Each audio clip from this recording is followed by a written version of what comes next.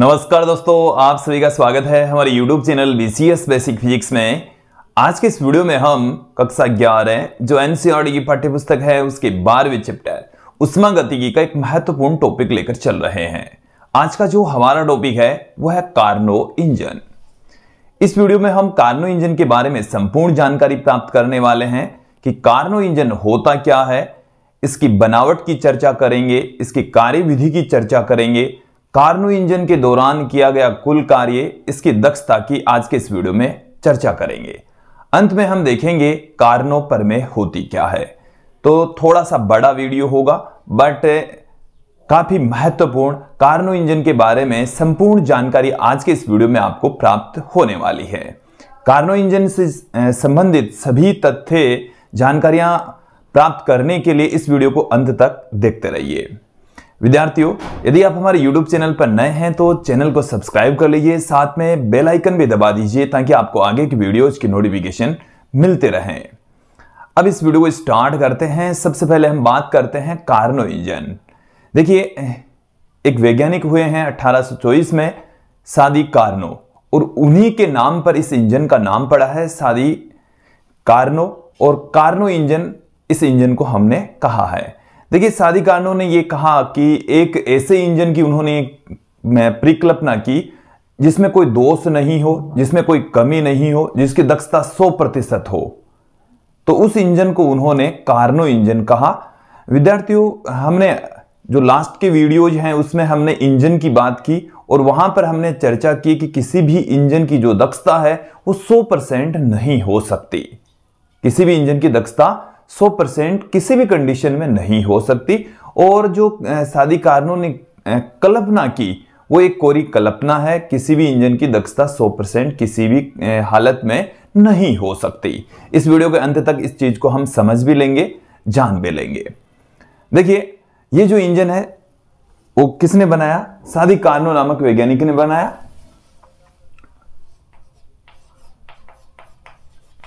सादी कार्नो, और इन्होंने 1824 में इसके बारे में बताया। इन्होंने ऐसे इंजन की कल्पना की जिसमें कोई त्रुटि नहीं हो, जिसमें कोई दोष नहीं हो, जिसकी दक्षता 100% हो। हालांकि ऐसा पॉसिबल नहीं है बट ऐसी परिकल्पना की गई।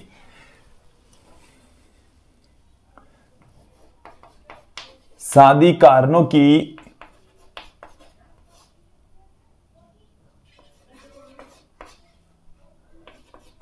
परिकल्पना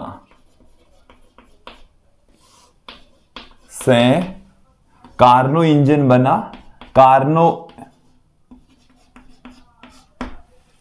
इंजन की कल्पना की गई।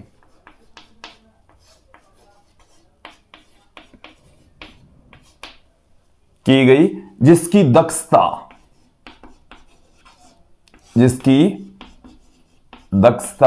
100% हो। जिसकी दक्षता कितनी हो? 100% हो, तथा इंजन दोष मुक्त हो। दोष मुक्त हो, ऐसे इंजन की इन्होंने परिकल्पना की, विचार किया। ठीक है, इन्होंने अपनी परिकल्पना के दौरान जो इंजन है उसको किस तरीके से बांटा, किन विभिन्न भागों, किस तरीके से इंजन को निर्मित किया, उसको हम आपको समझा देते हैं। मूलभूत इसका जो ढांचा है वो किस प्रकार का होगा वो देख लीजिए। कार्नो इंजन की बनावट की यहां पर हम चर्चा करते हैं। इसके प्रमुख भाग, कार्नो इंजन के प्रमुख भाग। तो देखिए, हमने एक साधारण इंजन के अंदर 3 भाग देखे थे: स्रोत, कार्यकारी पदार्थ और सिंक। यहां पर कार्नो इंजन के 4 भाग होते हैं। सिंक, स्रोत और कार्यकारी पदार्थ तो होते ही हैं। यहां पर एक अन्य पार्ट और आ जाता है जिसको हम कुचालक स्टैंड कहते हैं। तो 4 पार्ट होते हैं। देखिए, कौन कौन से पार्ट होंगे वो देख लीजिए। पहला जो पार्ट है वो हमारे पास में है स्रोत, उच्च ताप और अनंत उष्माधारिता वाला पार्ट होता है। दूसरा जो भाग होता है ये स्रोत है और ये उच्च ताप वाला, उच्च ताप और अनंत उष्माधारिता। इसका तापमान उच्च होता है, अनंत उष्माधारिता होती है। दूसरा जो इसका पार्ट है वो है कार्यकारी पदार्थ। और कार्यकारी पदार्थ को एक सिलेंडर के अंदर भरा होता है, सिलेंडर। और सिलेंडर के साथ में लगा होता है एक पिस्टन। सिलेंडर एवं पिस्टन, इसमें कार्यकारी पदार्थ भरा होता है। इसके अंदर क्या मौजूद होता है? कार्यकारी पदार्थ भरा होता है। और कार्यकारी पदार्थ के रूप में कारणों ने आदर्श गैस को लिया। कार्यकारी पदार्थ के रूप में कौन सी गैस की परिकल्पना की गई? आदर्श गैस की परिकल्पना की गई। तो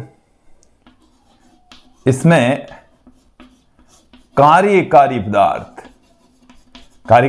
भरा होता है। और कार्यकारी पदार्थ के रूप में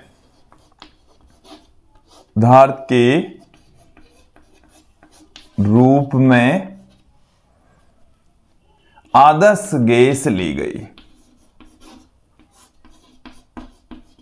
आदर्श गैस ली गई।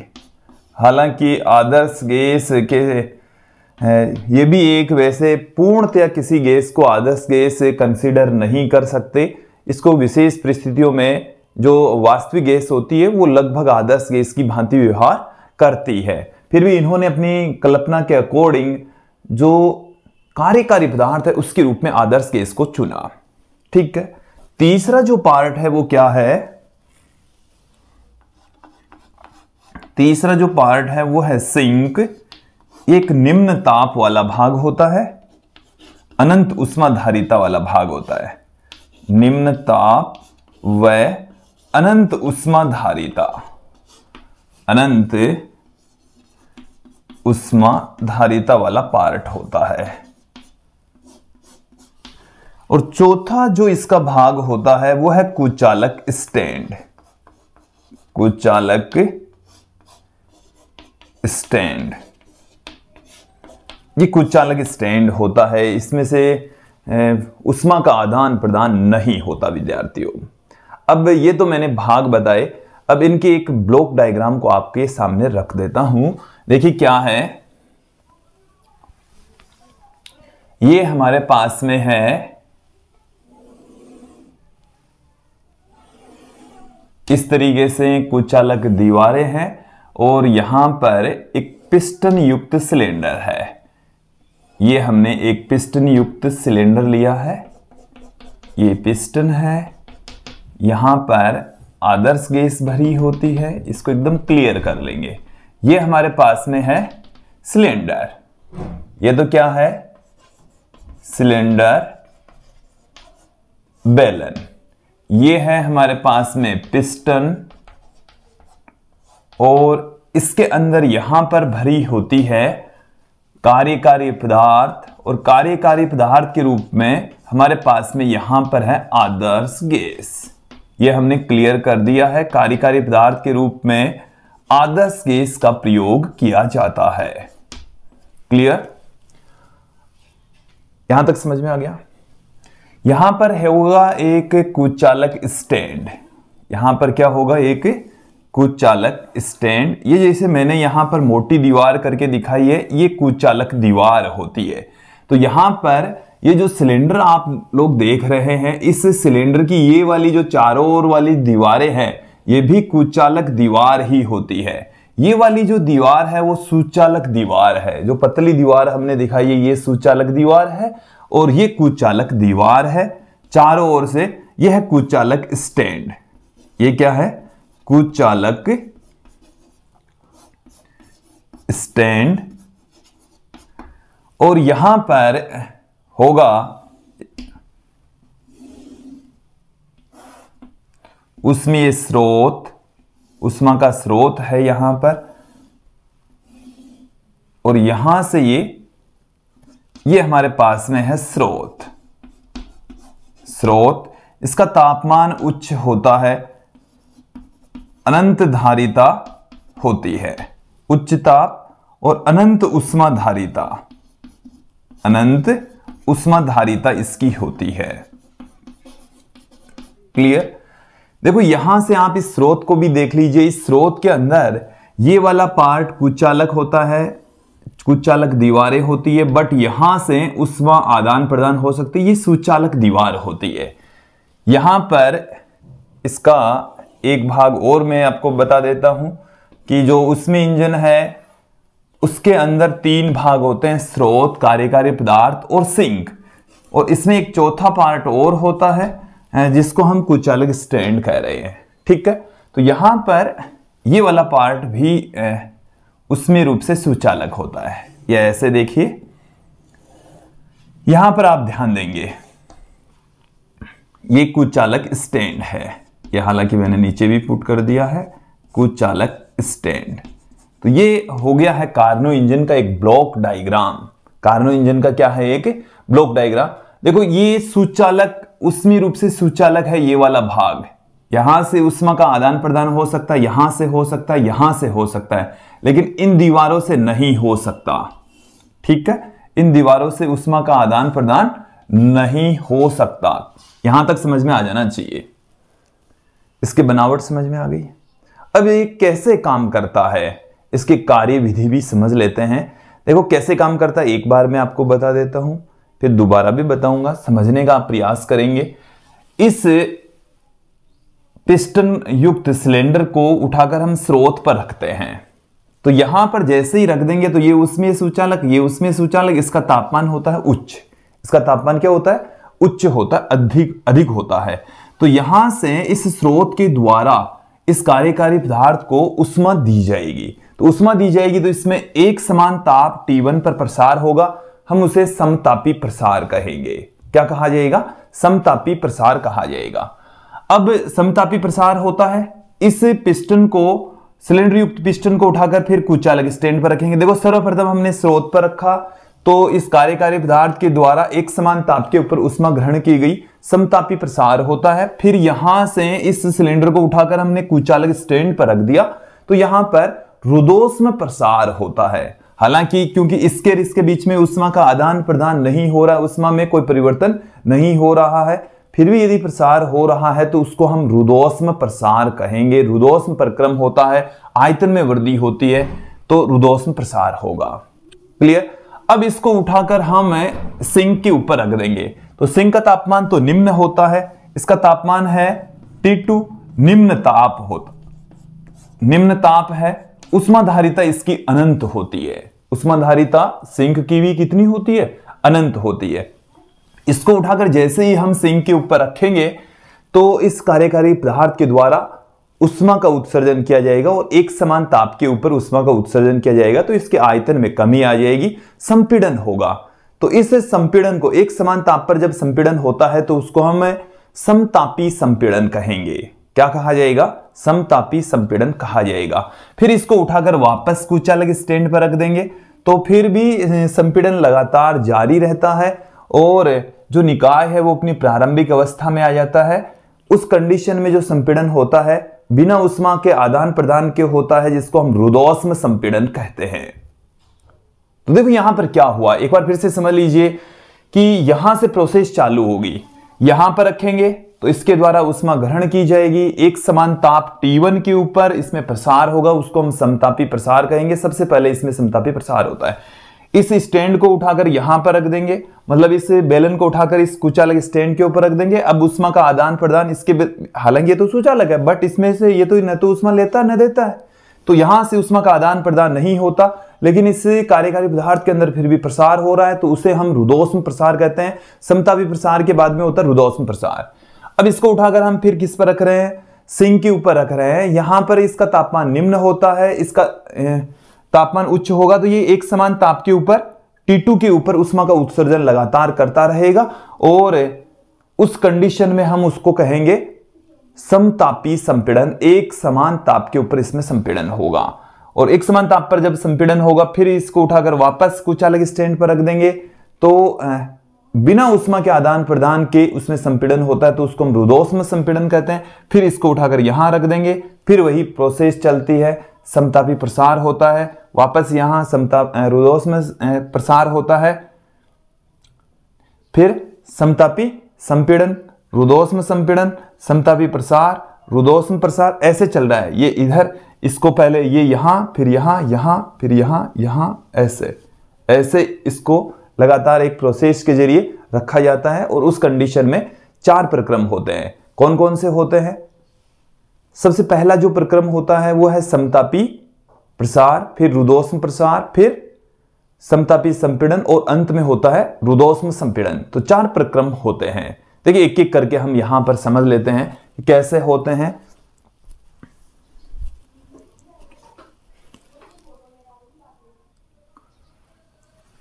देखिए कार्नो इंजन के अंदर होने वाले जो विभिन्न प्रक्रम होते हैं उनको कार्नो चक्र के द्वारा समझाया जाता है। कार्नो चक्र है क्या? कार्नो इंजन में जो विभिन्न प्रक्रम होते हैं उनको हम कार्नो चक्र कहते हैं। ये एक चक्रीय प्रक्रम होता है। कार्नो चक्र, कार्नो चक्र। देखो कार्नो चक्र क्या है, इसे एक बार समझ लीजिए। कार्नो चक्र का मतलब है कि कार्नो इंजन के अंदर जो कार्यकारी पदार्थ है वो विभिन्न प्रक्रमों से गुजरता हुआ अपनी प्रारंभिक अवस्था में लौट आता है, उसको हम कार्नो चक्र कहते हैं। यह एक चक्रीय प्रक्रम होता है। यह क्या है? एक चक्रीय प्रक्रम होता है। देखिए इसके बारे में हम समझा रहे हैं। और यदि आपको इस टॉपिक के हस्तलिखित नोट्स प्राप्त करने हैं तो इस वीडियो को अंत तक देखिए। मैं आपको एक व्हाट्सएप नंबर बताने वाला हूं जहां से आप हस्तलिखित नोट्स प्राप्त कर सकते हैं। देखिए चक्रीय प्रक्रम, यह चक्रीय प्रक्रम होता है, कार्नो चक्र कहलाता है। इसके विभिन्न भाग और विभिन्न भागों को हम एक एक करके देख लेते हैं।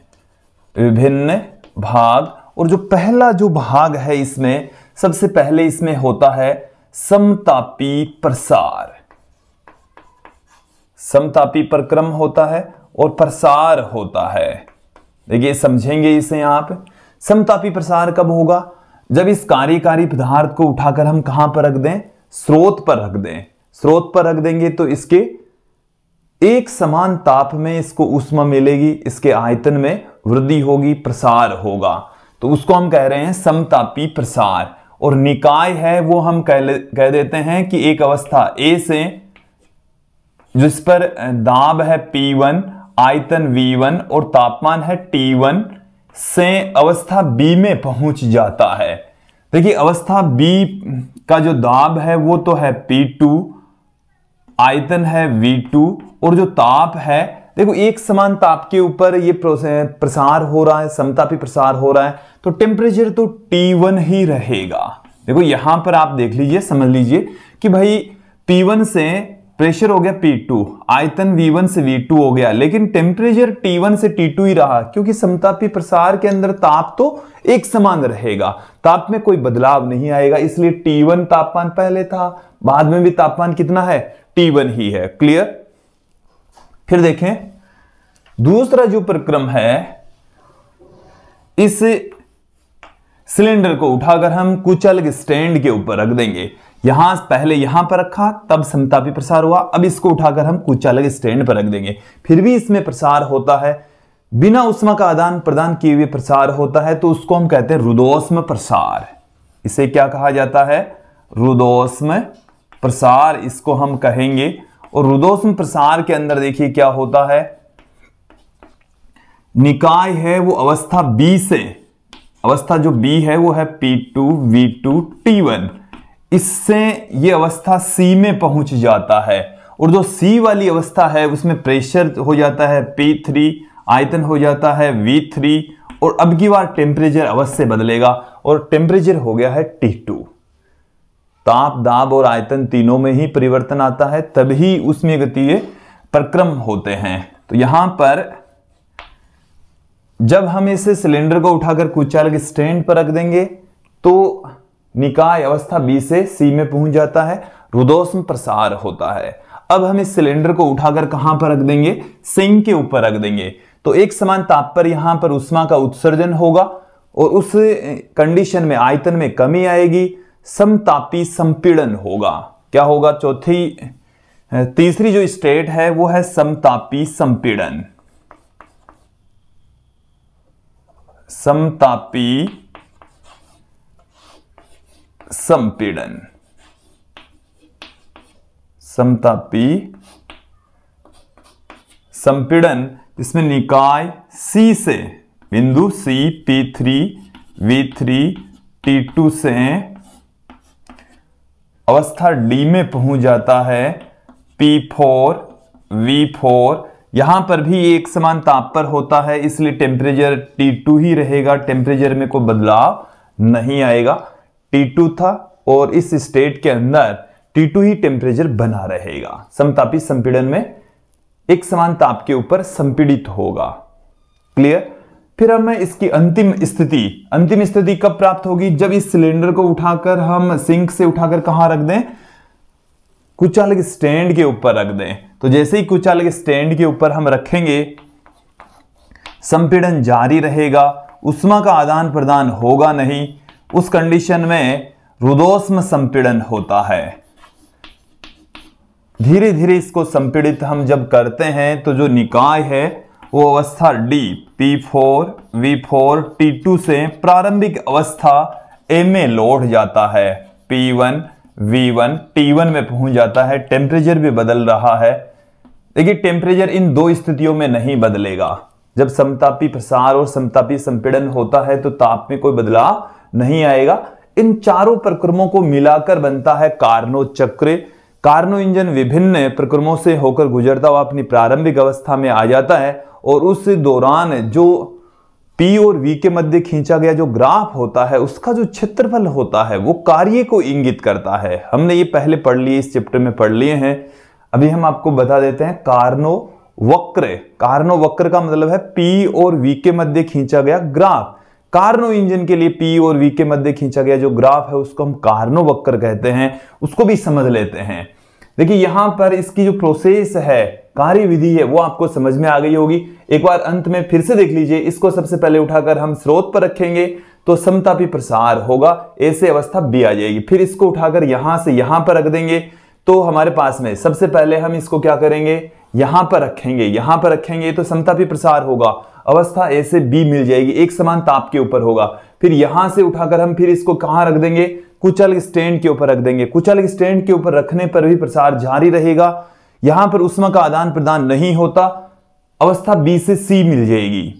क्लियर। रुद्धोष्म प्रसार होगा। फिर यहां से उठाकर हमने कहां रख दिया, इसको सिंक के ऊपर रख दिया, निम्न ताप वाले हिस्से के ऊपर रख दिया। यहां पर उष्मा का उत्सर्जन होगा, एक समान ताप के ऊपर होगा, आयतन में कमी आएगी, समतापी संपीड़न होगा क्योंकि उष्मा का उत्सर्जन यहां पर हो रहा है। क्लियर। फिर अब यहां से उठाकर वापस इसको कहां लाएंगे, कुचालक स्टैंड के ऊपर रख देंगे। फिर से हमारे पास में क्या होने वाला है, संपीड़न, जिसे हम रुद्धोष्म संपीड़न कहेंगे। यहां पर उष्मा का आदान प्रदान नहीं होता। क्लियर। तो ये इसकी प्रोसेस होती है। अब हम देख लेते हैं कार्नो वक्र। कार्नो इंजन के अंदर P और V के मध्य खींचा गया ग्राफ कार्नो वक्र कहलाता है। देख लेते हैं। अब हम चर्चा करते हैं यहां पर कार्नो चक्र के बारे में। ये जो विभिन्न प्रक्रम होते हैं ये हम एक ग्राफ के जरिए समझेंगे। देखिए हम ग्राफ खींच रहे हैं P और V के मध्य। एक तरफ हमने ले लिया है P, दूसरी तरफ हमने ले लिया है V। ये इधर ले लिया हमने प्रेशर P और इस एक्सिस के ऊपर हमने ले लिया है आयतन V। क्लियर। निकाय यहां पर यह है इसकी प्रारंभिक अवस्था A। क्लियर। निकाय अपनी प्रारंभिक अवस्था A में मौजूद है। इस A का प्रेशर, आयतन और टेम्परेचर P1 V1 T1 है। P1 प्रेशर, V1 इसका आयतन और T1 इसका टेम्परेचर। निकाय अवस्था A से कौन सी अवस्था में आ जाएगा, अवस्था B में आ जाएगा। कब आएगा, जब समतापी प्रसार होगा, एक समान ताप के ऊपर प्रसार होता है। तो ये निकाय अवस्था A से B में पहुंच जाएगा और A से जब B में पहुंचता है तो टेम्परेचर तो समान होता है जबकि प्रेशर और आयतन बदल जाते हैं। प्रेशर और आयतन बदल जाते। A से B तक यहां पर जब जा रहा है ना तो यहां पर हो रहा है समतापी प्रसार। यहां पर क्या हो रहा है, समतापी प्रसार यहां पर हो रहा है। क्लियर। अब हम स्टैंड को, जो पिस्टन बेलन है हमारे पास में जिसमें कार्यकारी पदार्थ है, उसको उठाकर हम रख रहे हैं कुचालक स्टैंड के ऊपर। कुचालक स्टैंड पर रखते हैं तो वहां पर रुदोष्म प्रसार होता है, निकाय अवस्था बी से सी में पहुंच जाता है। निकाय अवस्था कौन सी से कौन सी में पहुंच जाएगा? बी से ये सी में पहुंच गया है, बी से सी में पहुंच गया। सी के ऊपर क्या हो जाता है? प्रेशर P3, आयतन V3 और टेम्परेचर T2 हो जाता है। बी से जब ये सी पर पहुंचता है तो यहां पर होता है रुदोष्म प्रसार, रुदोष्म प्रसार होता है। क्लियर? रुदोष्म प्रसार की स्थिति में जो निकाय है वो बी से सी पर पहुंच जाता है। क्लियर? अब क्या होगा यहां पर ध्यान देंगे, हम जो कार्यकारी पदार्थ है उसको कुचालक स्टैंड से उठाकर सिंक के ऊपर रखेंगे। जैसे ही सिंक के ऊपर रखेंगे तो जो टेम्परेचर है वो तो एक समान रहता है, कार्यकारी पदार्थ के द्वारा उष्मा का उत्सर्जन किया जाता है, आयतन में कमी आ जाती है, संपीड़न होता है, एक समान ताप पर संपीड़न होता है। तीसरी प्रोसेस होगी समतापी संपीड़न और निकाय सी से डी में पहुंच जाएगा। जो निकाय है वो सी से कहां पहुंच जाएगा? अब बिंदु डी पर पहुंच जाएगा और बिंदु डी के ऊपर देखो प्रेशर तो हो जाता है P4, आयतन V4 और तापमान T2 ही बना रहता है। यहां पर हो रहा है समतापी संपीड़न, समतापी संपीड़न यहां पर होता है। क्लियर? फिर देखिए समतापी संपीड़न के पश्चात हम जो हमारे पास में कार्यकारी पदार्थ है उसको सिंक से उठाकर हम कहां पुट कर देंगे?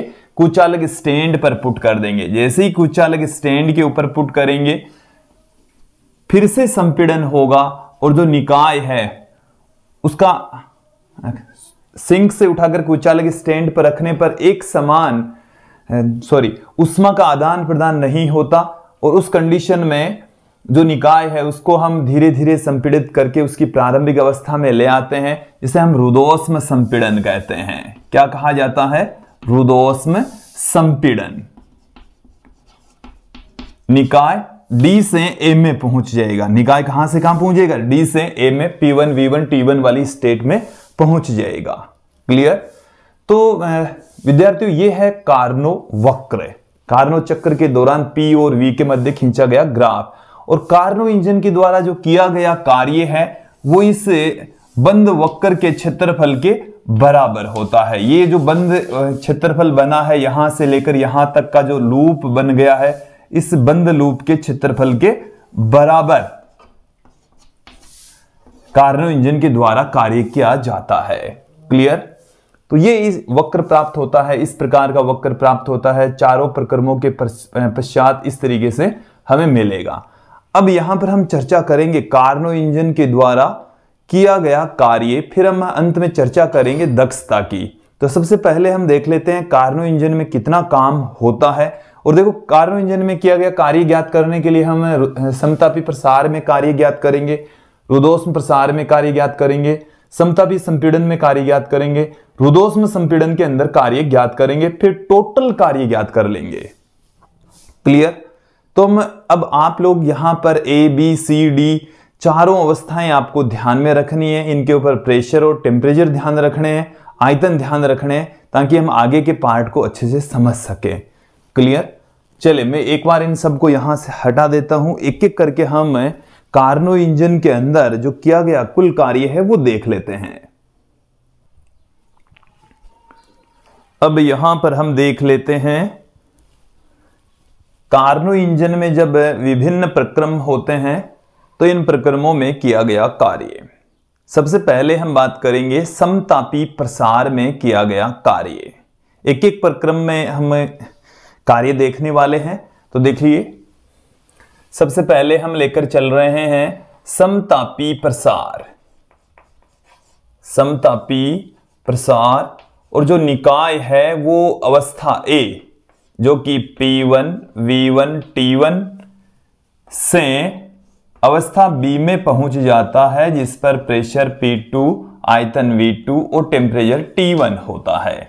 क्योंकि यहां पर टेम्परेचर नहीं बदलेगा, समतापी प्रसार हो रहा है। क्लियर? यहां पर इस प्रक्रम में किया गया कार्य देख लेते हैं। कार्य का व्यापक फॉर्मूला क्या जानते हैं हमें? देखिए यहां पर मैं ज्यादा थ्योरी पुट नहीं करवा रहा हूं, जो मैं बोल रहा हूं वही आपको पुट करना है, ठीक है। समतापी प्रसार हम जानते हैं कि जो कार्यकारी पदार्थ है उसको हम जब स्रोत के ऊपर रखेंगे तब समतापी प्रसार होता है, उसके द्वारा उष्मा ग्रहण की जाएगी, उसके आयतन में वृद्धि होगी, प्रसार होगा, एक समान ताप पर होगा, तो उसको हम समतापी प्रसार कह रहे हैं, ठीक है। और समतापी प्रक्रमों के अंदर किया गया जो कार्य है वो हम पहले पढ़ चुके हैं, यहां पर भी देख लेते हैं, इस स्थिति में देख लेते हैं, ठीक है। तो देखिए कार्य का जो फॉर्मूला होता है वो हमारे पास में क्या होता है? कार्य बराबर होता है W is equal to integration P dV. यहां पर जो आयतन है उसमें V1 से लेकर V2 तक परिवर्तन आ रहा है, और पहले प्रक्रम में जो किया गया कार्य है उसको मैं W1 से कह दूं। और विद्यार्थियों यहां पर एक चीज और समझ लीजिए, ये जो कार्य W1 है वो किसके तुल्य होगा? क्योंकि यहां पर जो स्रोत है उसके द्वारा उस कार्यकारी पदार्थ को उष्मा दी जा रही है, तो उस उष्मा दी जा रही है, यहां पर आंतरिक ऊर्जा में कोई परिवर्तन नहीं होता, एक समान ताप के ऊपर हो रहा है। देखो समतापी प्रसार का मतलब हो गया एक समान ताप पर, और जब ताप समान रहता है तो आंतरिक ऊर्जा में परिवर्तन नहीं होता, निकाय को दी गई संपूर्ण उष्मा कार्य में कन्वर्ट हो जाती है। तो यहां पर स्रोत के द्वारा दी गई जो उष्मा है उसको मैं Q1 से कह दूं। ये जो कार्य है यही Q1 है, निकाय को दी गई उष्मा है, कार्यकारी पदार्थ को दी गई उष्मा है। तो दी गई उष्मा W1 के बराबर होगी, जो कि किसके बराबर होगा? V1 से लेकर V2 P dV। अब यहां से हम P की वैल्यू पुट कर देंगे, और P की वैल्यू कहां से? क्योंकि हमने कार्यकारी पदार्थ के रूप में आदर्श गैस ली है, और आदर्श गैस के लिए P का मान कितना हो जाएगा? PV बराबर हम जानते हैं म्यू आर टी, ये जानते हैं। तो यहां से इस P का मान P बराबर आ गया म्यू आर टी अपॉन में V। मैं यहां पर इसकी वैल्यू पुट कर रहा हूं, W1 is equal to integration V1 से लेकर V2 तक P का जो मान है वो है म्यू आर टी अपॉन में V। देखो यहां पर जो टेम्परेचर है वो है T1 dV, जो कांस्टेंट है उसको हम इंटीग्रेशन से बाहर पुट कर देंगे, तो म्यू आर T1 कांस्टेंट के रूप में काम कर रहे हैं, V1 से V2 1/V dV। ये जो 1/V है इसका यहां पर इंटीग्रेशन क्या हो जाएगा? log V इसका इंटीग्रेशन हो जाएगा। लिमिट कहां से कहां तक है? V1 से लेकर V2 तक। जब लिमिट पुट करेंगे तो हमें देखिए क्या मिलने वाला है, mu R T1 log upper limit हम पुट करेंगे V2 माइनस log V1। इसे हम क्या लिख सकते हैं? देखिए W1 इज इक्वल टू हम पुट कर देंगे mu R T1 log V2 upon में V1 पुट कर देंगे, log V2 अपॉन में, क्योंकि log m minus log n होता है log m बाई n। क्योंकि कुछ लॉगरिथम के जो फॉर्मूले हैं वो शायद आपने नहीं पढ़े होंगे, इनको आप ध्यान रखें। ये एक लॉगरिथम का फॉर्मूला है, log m बाई n बराबर होता है log m minus log n। Clear? तो इसको ध्यान में रखें, इसी फॉर्मूले को हमने यूज में लिया है। log m minus log n को हमने लिख दिया log m by n, log V2 minus log V1 को हमने लिख दिया log V2 अपॉन V1। यहां पर आप देखेंगे इसका आधार होता है E। इसका आधार कितना होता है? E होता है। इसके आधार को हम E से 10 में कन्वर्ट करेंगे। E से जब 10 में कन्वर्ट करना होता है तो 2.303 से इसको मल्टीप्लाई कर देंगे, तो 2.303 म्यू आर T1 log, अब इसका आधार हो गया है 10 V2 अपॉन में V1। तो यह आ गया है हमारे पास में समतापी प्रक्रम में किया गया कार्य, समतापी प्रक्रम में किया गया कार्य, और यही है कार्यकारी पदार्थ को दी गई उष्मा के बराबर भी। तो यहां से मैं इसे को पुट कर देता हूं, ये हमारे काम में आएगा। दी गई उष्मा Q1 बराबर है W1 के, और ये बराबर है 2.303 mu R T1 log V2 upon में V1 के, इसको मैं दे देता हूं इक्वेशन नंबर 1। ये हमारे काम में आएगी। ये तो आ गया है समतापी प्रसार में किया गया कार्य। अब हम देख लेते हैं रुदोष्म प्रसार में किया गया कार्य। एक बार इन सबको हटा देता हूं। अब दूसरा प्रक्रम लेकर चलेंगे रुदोष्म प्रसार, और रुदोष्म प्रसार के अंदर हम कार्य ज्ञात करेंगे। विद्यार्थियों, रुदोष्म प्रसार कब होगा? जब कार्यकारी पदार्थ को स्रोत से उठाकर हम कुचालक स्टैंड के ऊपर रख देंगे तो भी प्रसार जारी रहेगा, उष्मा के आदान प्रदान के बिना जारी रहेगा, अर्थात वहां पर रुदोष्म प्रक्रम हो रहा है, प्रसार हो रहा है, तो उसे हम रुदोष्म प्रसार कह रहे हैं। ठीक है, तो रुदोष्म प्रसार में किया गया कार्य सेकंड पार्ट हम लेकर चल रहे हैं। रुदोष्म प्रसार, और देखिए रुदोष्म प्रसार में जो निकाय है वो अवस्था बी, जो कि P2 V2 T1 है, से C, जो कि P3 V3 T2 में पहुंच जाता है। B से कहां पहुंच जाएगा? C में पहुंच जाएगा। ये हमने दिखा दिया है कि यहां पर जो प्रेशर है वो P2 से P3, आयतन V2 से V3, टेम्परेचर T1 से T2 तक चेंज हो जाता है, और इस दौरान किया गया कार्य कितना होगा ये हम देख लेते हैं। तो यहां पर देखिए कार्य बराबर, कार्य का जो व्यापक फॉर्मूला होता है वो होता है इंटीग्रेशन PdV, ये होता है। और यहां पर रुदोष्म प्रसार में जो सेकंड पार्ट है इसमें किया गया कार्य को मैं लिख रहा हूं W2 से, और यहां पर जो आयतन है उसमें बदलाव आ रहा है V2 से लेकर V3 तक। क्लियर? अब हमें यहां पर वैल्यू चाहिए P की। देखिए हमने रुदोष्म प्रक्रम पहले पढ़ लिए हैं, उनमें हमने रुदोष्म अवस्था समीकरण भी देखे हैं, और यहां पर हम रुदोष्म अवस्था समीकरण से P की वैल्यू पुट करेंगे। रुदोष्म अवस्था समीकरण क्या जानते हैं हम? रुदोष्म अवस्था समीकरण, रुदोष्म अवस्था समीकरण हम जानते हैं PV की घात गामा बराबर कांस्टेंट, बराबर क्या होता है? कांस्टेंट होता है। और जो कांस्टेंट है उसको मैं यहां पर कैसे पुट कर रहा हूं कि PV की घात गामा बराबर कांस्टेंट होता है, उस कांस्टेंट को हम यहां पर कैसे पुट करें? जो गामा है वो रुदोष्म निष्पत्ति कहलाती है, Cp अपॉन में Cv के इक्वल होती है। जो मोलर विशिष्ट उष्माधारिताएं होती उनके अनुपात के बराबर होती है। Cp स्थिर दाब पर मोलर उष्माधारिता और Cv स्थिर आयतन पर मोलर उष्माधारिताओं के अनुपात को हम रुदोष्म निष्पत्ति कहते हैं, गामा से पुट करते हैं। क्लियर? तो यहां से आप देखें कि P बराबर हम पुट कर देंगे K बट्टे में V की घात गामा। चलिए मैं यहां पर ही पुट कर देता हूं, V2 से लेकर V3 तक, और P की जगह हम लिख देंगे K बट्टे में V की घात गामा dV। फिर बराबर में K कांस्टेंट है, इसको हम ले लेंगे बाहर, V2 से लेकर V3 तक V की घात माइनस गामा हो जाएगी। V की घात कितनी हो गई है? Minus gamma. अब इसको हम इंटीग्रेट करेंगे। देखो इसका इंटीग्रेशन कैसे होगा? इंटीग्रेशन का फॉर्मूला मैं आपके सामने रख देता हूं।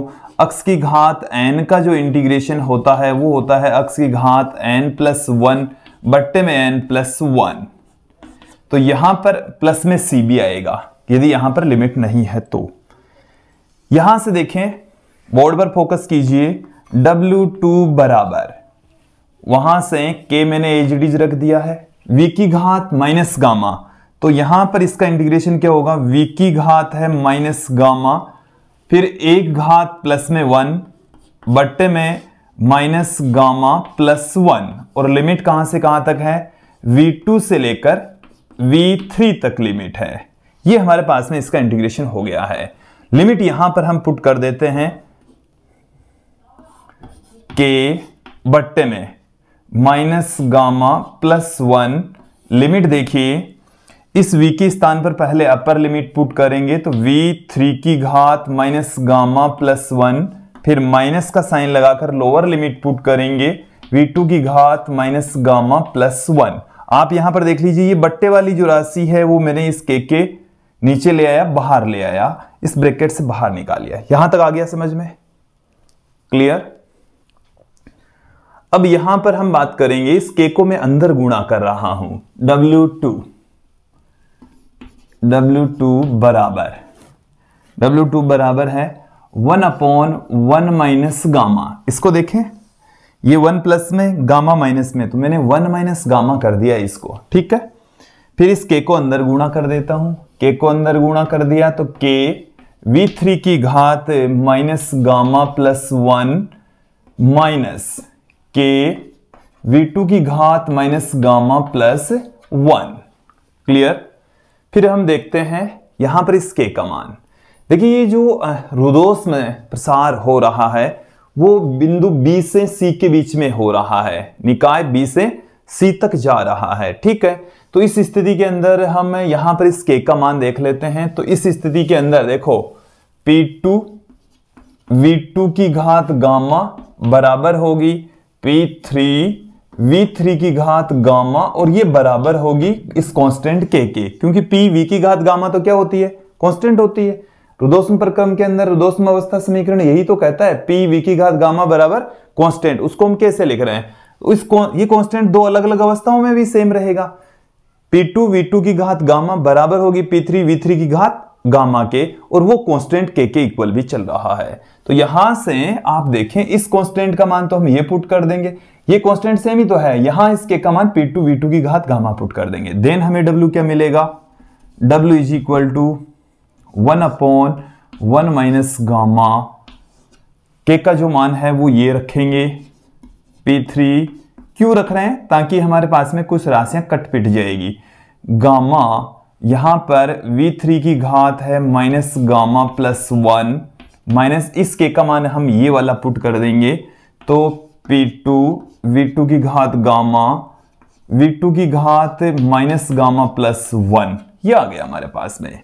अब इसे आप गौर करके देखें, ये W2 है 1/1 माइनस गामा, यहां पर P3 V3 की घात है, यहां पर तो प्लस में गामा, ये माइनस में गामा। आधार समान हो तो घातें जुड़ जाती है, तो आधार तो समान है, घातें इनको जोड़ दीजिए, तो ये प्लस में ये माइनस में, V3 की घात सिर्फ प्लस 1 रह जाएगी, तो मैंने V3 ही लिख दिया है। इसी प्रकार से आप देखें, P2 एजीटी और V2 की घात 1 रह जाएगी, तो V2 की घात 1 यही आ गई हमारे पास में। ठीक है, अब हम इसको क्या करेंगे, हमारे पास में कार्यकारी पदार्थ के रूप में आदर्श गैस है, तो उस आदर्श गैस समीकरण के अकॉर्डिंग देखो, आदर्श गैस समीकरण होती है PV बराबर होता है म्यू आर टी।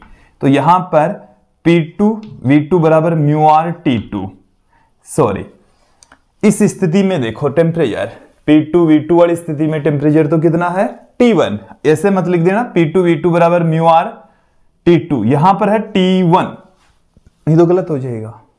ठीक है, इसी प्रकार से C पर, बिंदु C पर तो P3 V3 बराबर म्यू आर T2, T2 इसमें आएगा। तो कई बार हमारा दिमाग इसी तरीके से चलता, भाई यहां पर P2 V2 आ गया तो यहां पर T2 आना चाहिए ना, क्यों नहीं आ रहा? पर यह है बिंदु B के अकॉर्डिंग। बिंदु B पर जो आदर्श गैस समीकरण है वो P2 V2 बराबर म्यू आर T1 होगा, और C पर P3 V3 बराबर म्यू आर T2 होगा। दोनों की वैल्यू पुट कर देते हैं। W3 इज इक्वल टू क्या मिल रहा है? 1/1 माइनस गामा, P3 V3 की जगह मैं क्या लिख दूं? म्यू आर T2 माइनस इसकी जगह हम क्या लिख दें? म्यू आर T1 हम पुट कर दें। क्लियर? म्यू आर यहां से हम कॉमन ले लेते हैं। W3 इक्वल टू कितना मिल रहा है? म्यू आर बट्टे में 1 minus gamma T2 minus T1, T2 minus T1 मिल चुका है। क्लियर? देखो, वैसे हम आपको बता दें कि T2 सिंक का ताप है, निम्न ताप होता है, T1 स्रोत का ताप है, उच्च ताप होता है। तो यहां से इसमें एक नेगेटिव साइन निकलेगा। साथ में हम आपको यह भी बता दें, ये जो गामा होता है रुदोष्म निष्पत्ति होता है, एक परमाणु, द्विपरमाणु, बहुपरमाणु, अलग अलग गैसों के लिए इस गामा की वैल्यू अलग अलग होती है, लेकिन एक से बड़ी होती है, एक से सदैव बड़ी होती है। तो ये वाला जो मान है वो माइनस में आएगा, ये वाला मान भी माइनस में आएगा। क्यों ना हम इसको इस तरीके से लिख दें, देखो इस W2, ये W2 ही है, W2 को हम क्या लिख दें, W2 इज इक्वल टू हम पुट कर देते हैं mu R gamma -1, gamma minus, मैंने इसको एक नेगेटिव साइन यहां से निकाल लिया, एक नेगेटिव साइन यहां से निकालूंगा तो T1 माइनस T2 ये लिख दिया मैंने, और ये आ गई हमारे पास में इक्वेशन नंबर 2। रुदोष्म प्रसार में किया गया कार्य mu R upon gamma -1 into T1 minus T2 समीकरण 2 प्राप्त हो गई है। बताइए समझ में आ गया विद्यार्थियों, यहां तक आ गया। अब हम तीसरे प्रक्रम की ओर बढ़ेंगे। जो कार्यकारी पदार्थ है उसको कुचल स्टैंड से उठाकर हम सिंक के ऊपर रख देंगे, तो वहां पर एक समान ताप के ऊपर उष्मा का उत्सर्जन होगा, समतापी संपीड़न होगा। अब हम देखेंगे इसके पश्चात समतापी संपीड़न में किया गया कार्य। अब यहां पर हम चर्चा करेंगे तीसरा प्रक्रम समतापी संपीड़न। तीसरा जो इसका पार्ट है वो है समतापी संपीड़न। समतापी संपीड़न, और देखिए समतापी संपीड़न के अंदर क्या होगा, जो निकाय है वो अवस्था C से D में पहुंच जाएगा, और अवस्था C अभी अभी हमने देखी है P3 V3 T2 से अवस्था D में पहुंच जाएगा। अवस्था D में P4 V4 टेम्परेचर उतना ही रहेगा, T2 की इक्वल ही रहेगा। और इस प्रक्रम के अंदर हम किया गया कार्य यहां पर हम देख लेते हैं। यह प्रक्रम होगा कब, जब हम कार्यकारी पदार्थ को कुचालक स्टैंड से उठाकर सिंक के ऊपर रख देंगे, तो सिंक के ऊपर उष्मा का नियत ताप पर उत्सर्जन होगा, समतापी संपीड़न होगा, आयतन में कमी आएगी। तो देखिए इस दौरान हम किया गया कार्य देख लेते हैं, और देखो यहां पर उष्मा का उत्सर्जन होगा, उत्सर्जित उष्मा किए गए कार्य के इक्वल ही होगी, क्योंकि आंतरिक ऊर्जा में कोई परिवर्तन नहीं आएगा। यहां पर निकाय के द्वारा उत्सर्जित उष्मा किए गए कार्य के इक्वल होगी। तो देखिए क्या आएगी, उत्सर्जित उष्मा को हम Q2 से पुट कर सकते हैं। किससे पुट कर सकते हैं, ये उत्सर्जित उष्मा है, और जो किया गया कार्य है वो है W3, और W3 किसके इक्वल आएगा, कार्य का जो व्यापक फॉर्मूला है इंटीग्रेशन P dV होता है, और यहां पर आयतन में V3 से V4 तक परिवर्तन हो रहा है, एक समान ताप के ऊपर परिवर्तन हो रहा है। तो इस P की वैल्यू में यहां पर पुट कर देता हूं। आदर्श गैस समीकरण के फॉर्मूले से हम क्या जानते हैं, आदर्श गैस समीकरण से, आदर्श गैस समीकरण हमें क्या कहती है बताइए, PV बराबर म्यू आर टी, और यहां से आप देखें P इक्वल टू में क्या पुट कर दूं, P इक्वल टू में पुट कर दूंगा म्यू आर टी अपॉन में V, mu R T upon में V। देन यहां पर क्या आ जाएगा, V3 से लेकर V4 तक P का जो मान है वो है mu R T upon V dV। ये हमारे पास में आ गया है, क्लियर। देखो जो कांस्टेंट है उसको हम इंटीग्रेशन से बाहर पुट कर देंगे, तो यहां पर जो टेम्परेचर है वो है T2, तो म्यू आर T2, T2 क्यों पुट किया मैंने T के स्थान पर, क्योंकि यहां पर इस प्रक्रम के दौरान समतापी संपीड़न के दौरान जो टेम्परेचर है वो नियत रहता है, वो T2 के इक्वल रहता है। तो इंटीग्रेशन में क्या रह गया हमारे पास में, V3 से V4 1/V dV, ये रह गया है। इसका इंटीग्रेशन यहां पर देख लेते हैं, इधर फोकस कीजिए। W3 इक्वल टू W3, ये उत्सर्जित उष्मा है, चाहे तो इसको माइनस में दिखा दीजिए। W3 इक्वल टू आ गया हमारे पास में mu R T2 log V और इंटीग्रेशन कहां से कहां तक है, V3 से V4 तक, म्यू आर T2। अब देखिए लिमिट पुट कर देंगे log V4 minus log V3, ये हमने पुट कर दिया है। अब यहां से इसको क्या लिखा जा सकता है, W3 equal to mu R T2 log, देखो मैं यहां पर एक नेगेटिव साइन कॉमन ले लेता हूं, बाहर पटक दिया मैंने, इसको हम ऐसे लिख सकते हैं log V3 minus log V4, यहां से हमने एक नेगेटिव साइन कॉमन लिया। अब देखिए इसको ऐसे करने के पीछे आगे आपको रीजन इसका समझ में आ जाएगा, म्यू आर T2 यह आ गया हमारे पास में log V3 बट्टे में V4, log V3 बट्टे में V4 प्राप्त हो चुका है। इसका जब आधार हम E से 10 में चेंज करते हैं तो W3 इक्वल टू हमें देखिए क्या मिल जाएगा, W3 इक्वल टू हमें मिल रहा है माइनस में 2.303 mu R T2 log V3 upon में V4, और इसको मैं देता हूं इक्वेशन नंबर 3। यह आ गया हमारे पास में समतापी संपीड़न में किया गया कार्य, W3 इक्वल टू माइनस में 2.303 mu R T2 log V3 upon में V4। अब हम चौथे और अंतिम प्रक्रम रुदोष्म संपीड़न में किया गया कार्य देख लेते हैं। विद्यार्थियों अब यहां पर हम अंतिम प्रक्रम में किया गया कार्य देख लेते हैं। चौथा जो प्रक्रम है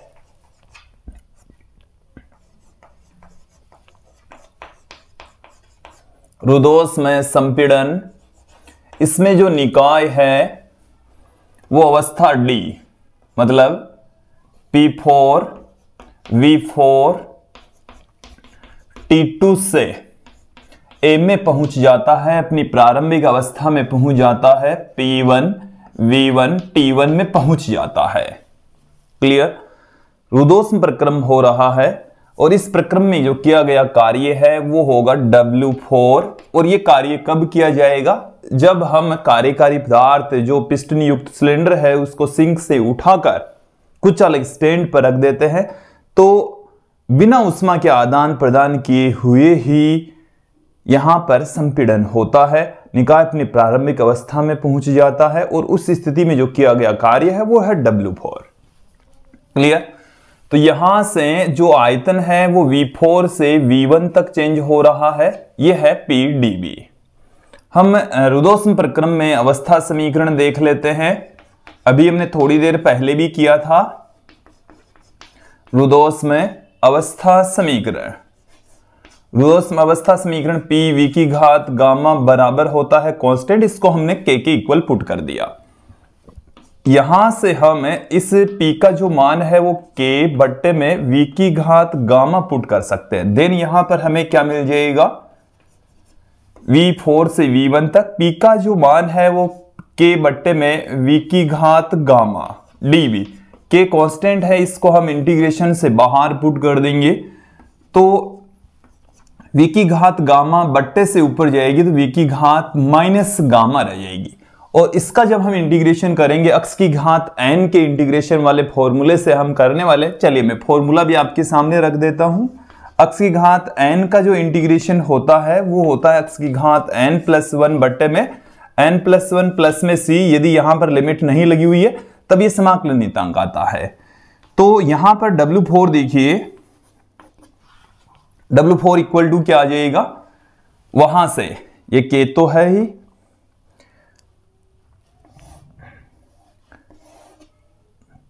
V की घात माइनस गामा प्लस 1 बट्टे में माइनस गामा प्लस 1, V4 से लेकर V1 तक,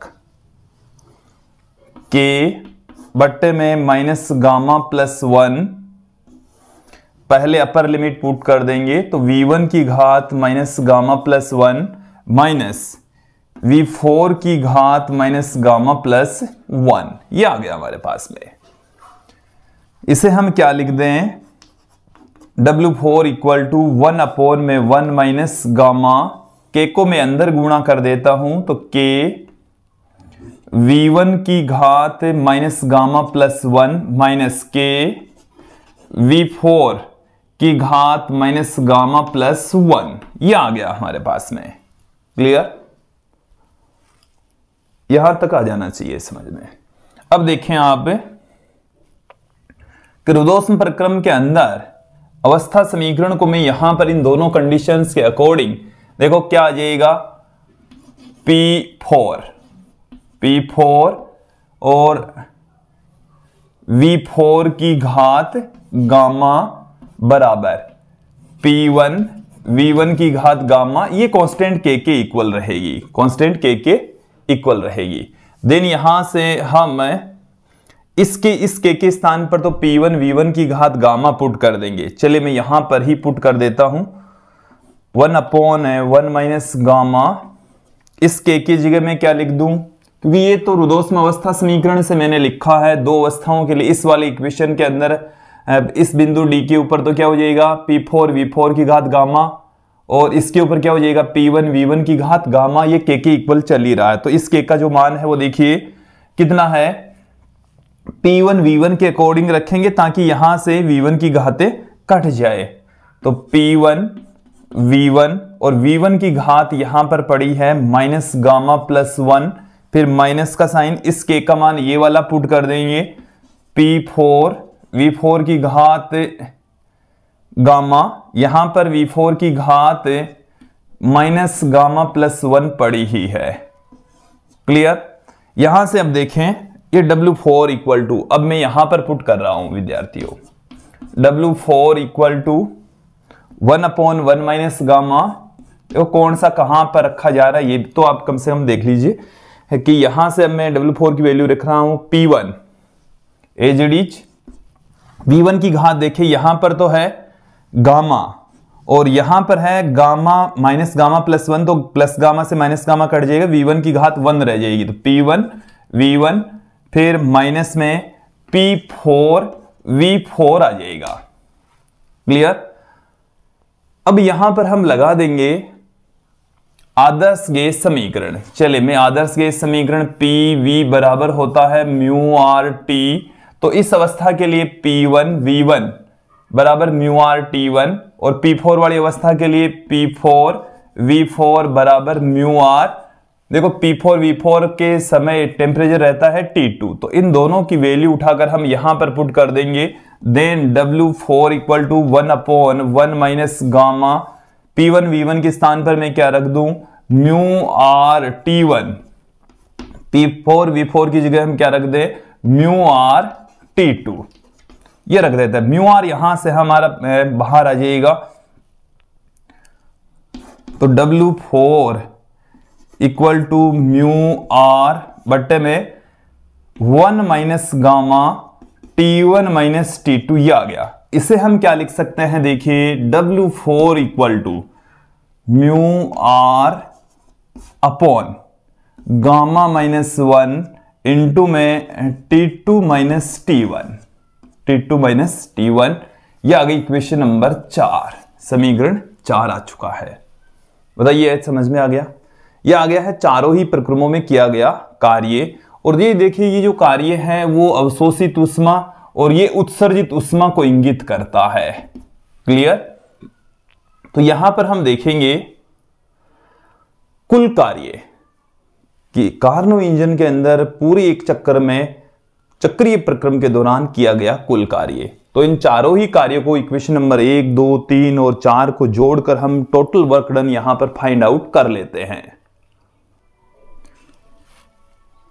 कार्नो चक्र में किया गया कुल कार्य, कार्नो इंजन है उसमें जो टोटल वर्क डन है वो चारों प्रक्रमों में किया गया कुल कार्य के योग के बराबर होगा। वो हमने एक एक करके फाइंड आउट कर लिया। अब टोटल वर्क डन हम देख लेते हैं। कार्नो चक्र में किया गया कुल कार्य, कार्नो चक्र में कुल कार्य, कार्नो चक्र में कुल कार्य, और कुल कार्य किसके इक्वल होगा, W से मैं इसे पुट कर रहा हूं W1 plus W2 plus W3 plus W4, और इन चारों की वैल्यू हमने सुरक्षित रख रखी है।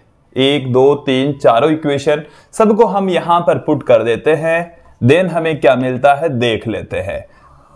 W1 की वैल्यू है 2.303 mu R T1 log V2 upon V1।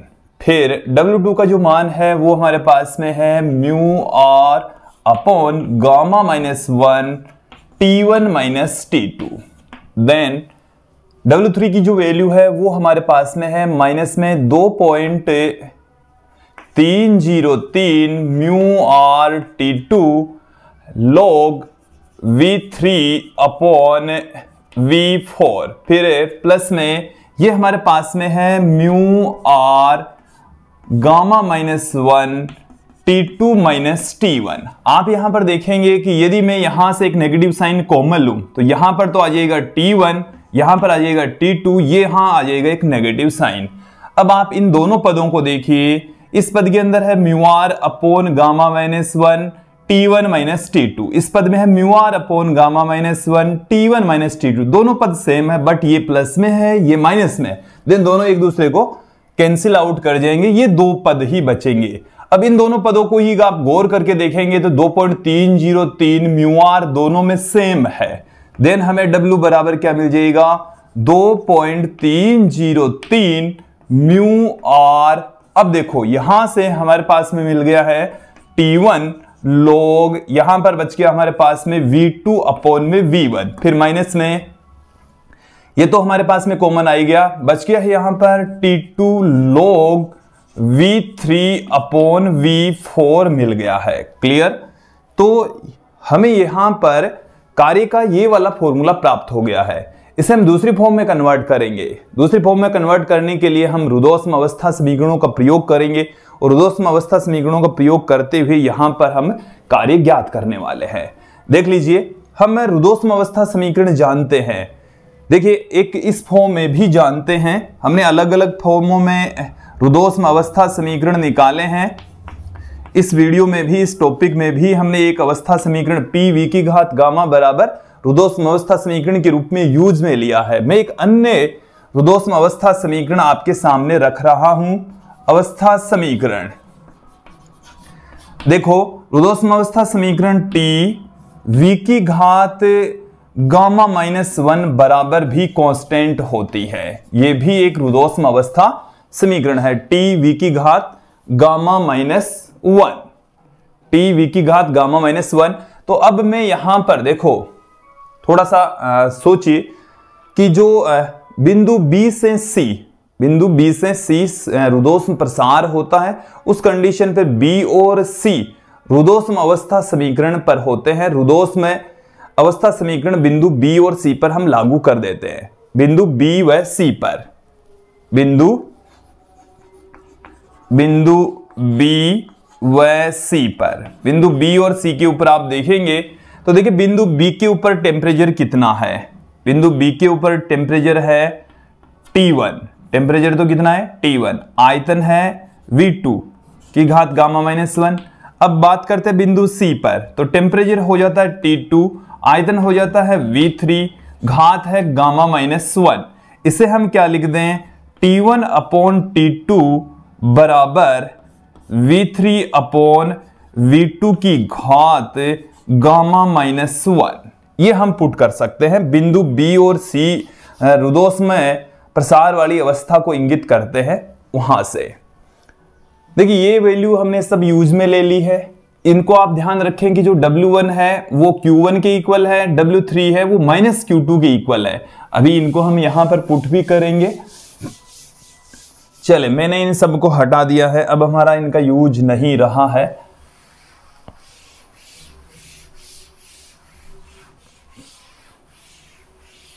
अब देखेंगे हम, ये जैसे बिंदु B और C पर रुदोष्म प्रसार हो रहा था, रुदोष्म संपीड़न बिंदु A और D पर होता है। तो रुदोष्म संपीड़न की स्थिति में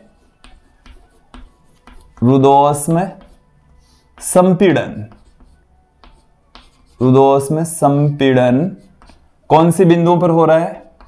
बिंदु ए व डी पर, बिंदु ए और डी के ऊपर हम देख लेते हैं। क्लियर? तो यहां पर देख लीजिए, इसी अवस्था समीकरण का हम प्रयोग करेंगे।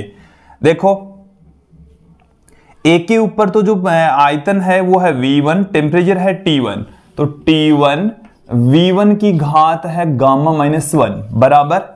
फिर डी की बात करूं तो वहां पर टेम्परेचर होता है T2, आयतन होता है V4, इसकी घात है गामा -1, और यहां से हम क्या पुट कर दें? T1 अपॉन T2 बराबर V4 अपॉन V1 की घात गामा -1, गामा -1 हम इसको पुट कर देंगे। क्लियर?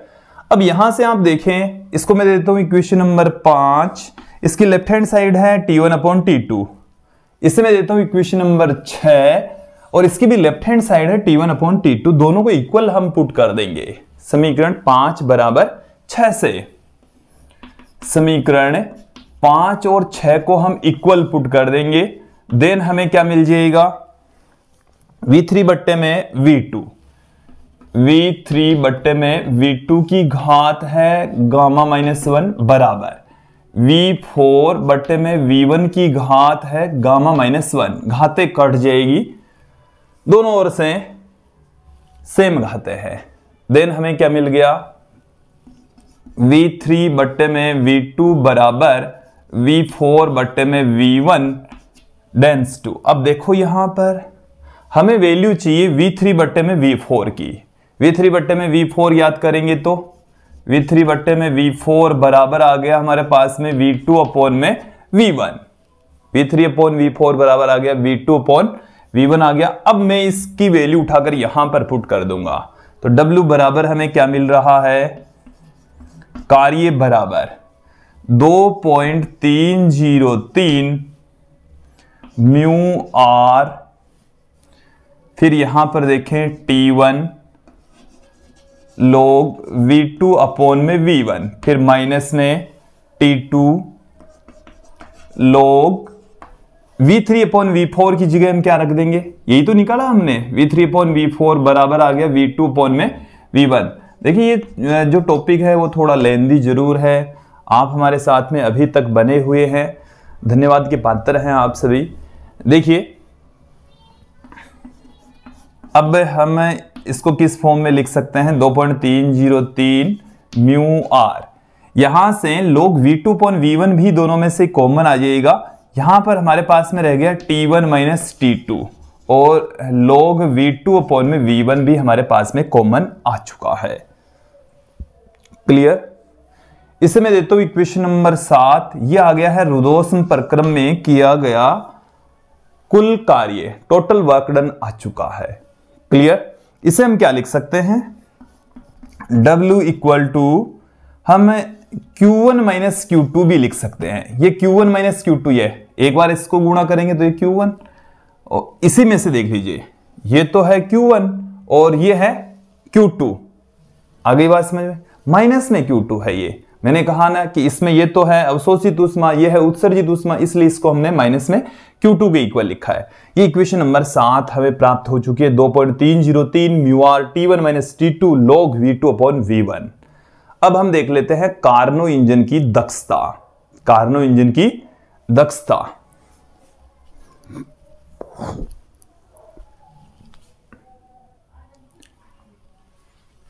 अब देख लीजिए कार्नो इंजन की दक्षता।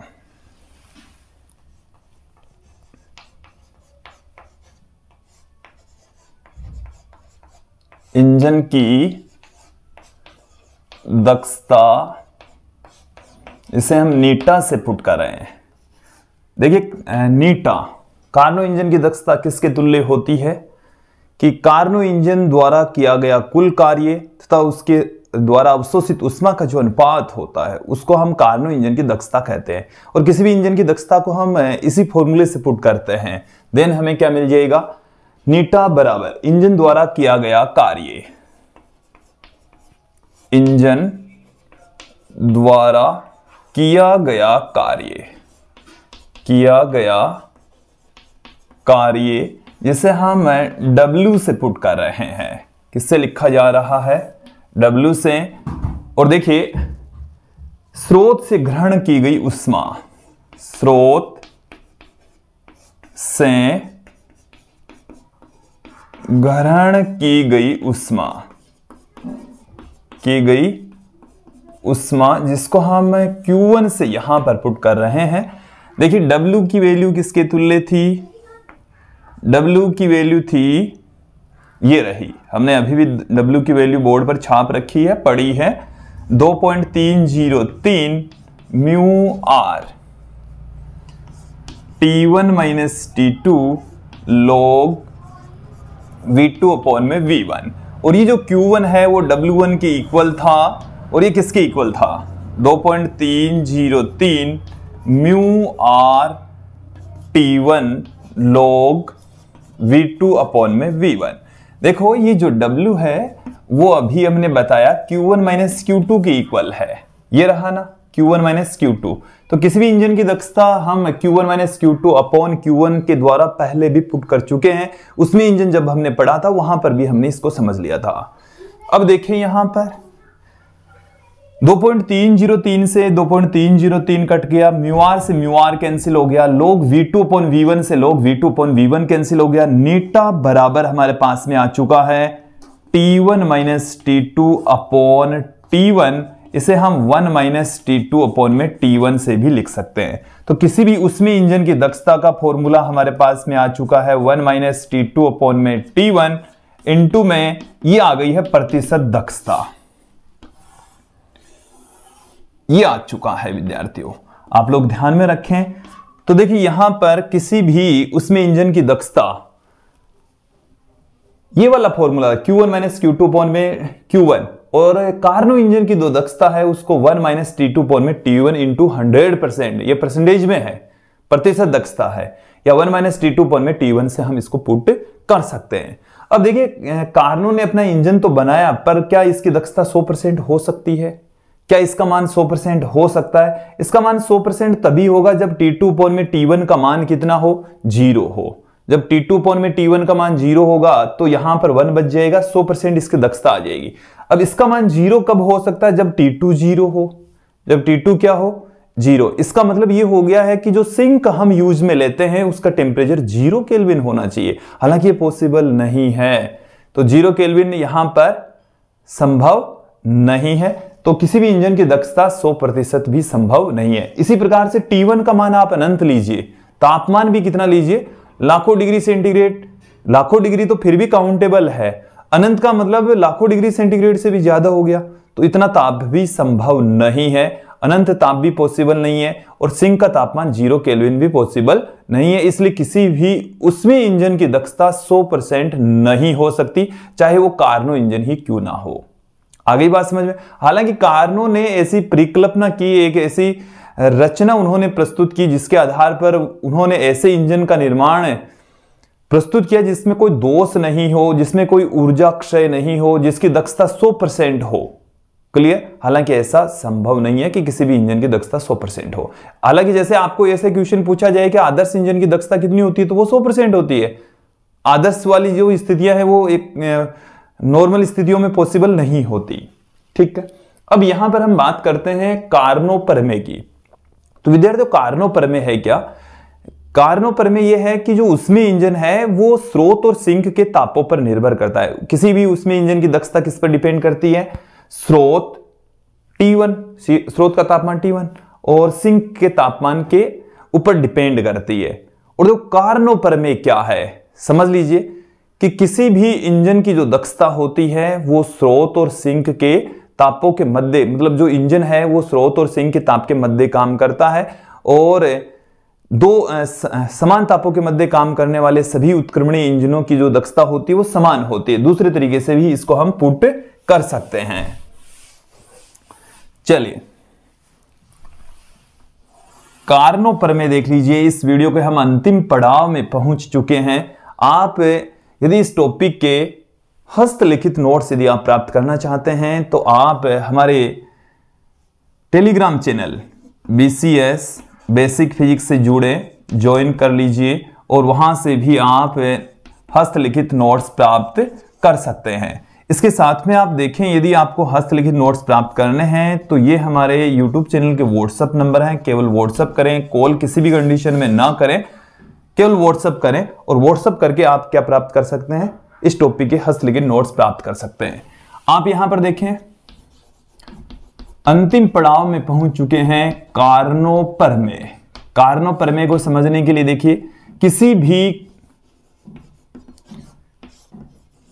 भी कार्नो इंजन की दक्षता, कार्नो इंजन की जो दक्षता होती है, दक्षता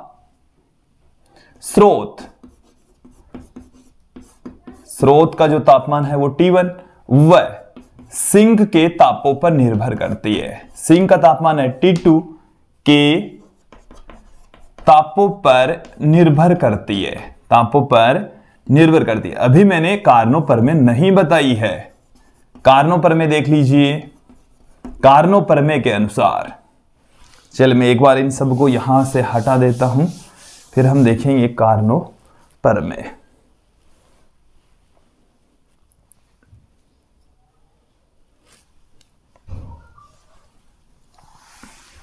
देखो क्या है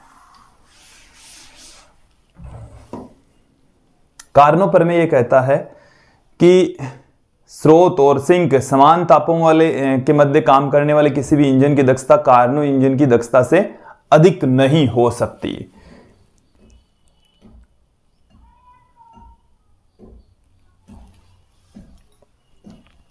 कारणों-प्रमेय के अनुसार,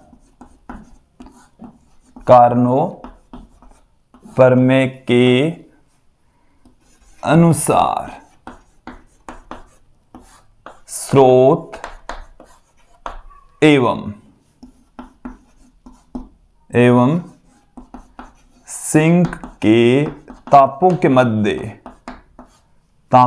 के मध्य कार्यरत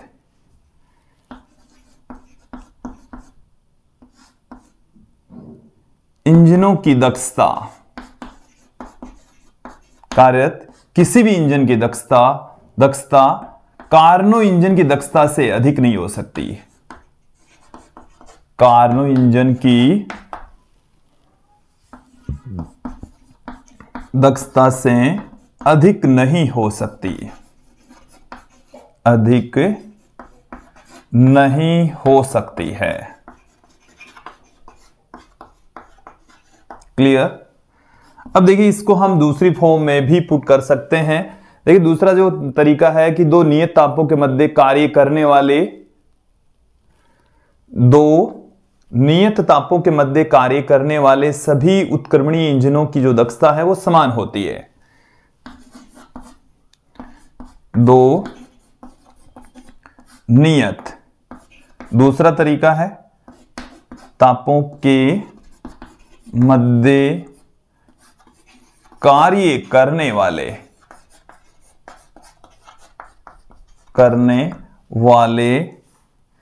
सभी उत्क्रमणीय इंजनों की दक्षता, उत्क्रमणीय इंजनों की दक्षता, इंजनों की दक्षता समान होती है, समान होती है। क्लियर? ये दूसरी फॉर्म हो गई है। हालांकि कारणों-प्रमेय हमने बता दी है, इसका प्रूफ हम आपको यहां पर नहीं बताने जा रहे हैं। ये कारणों-प्रमेय, कार्नो इंजन, इसके बारे में संपूर्ण वीडियो था। आपने इसको देखा, समझा, इसके लिए धन्यवाद। अगला जो हमारा वीडियो होगा वो ऊष्मागतिकी के द्वितीय नियम पर आधारित होगा। इस चैप्टर का अंतिम वीडियो होगा। आज के इस वीडियो में इतना ही। धन्यवाद दोस्तों।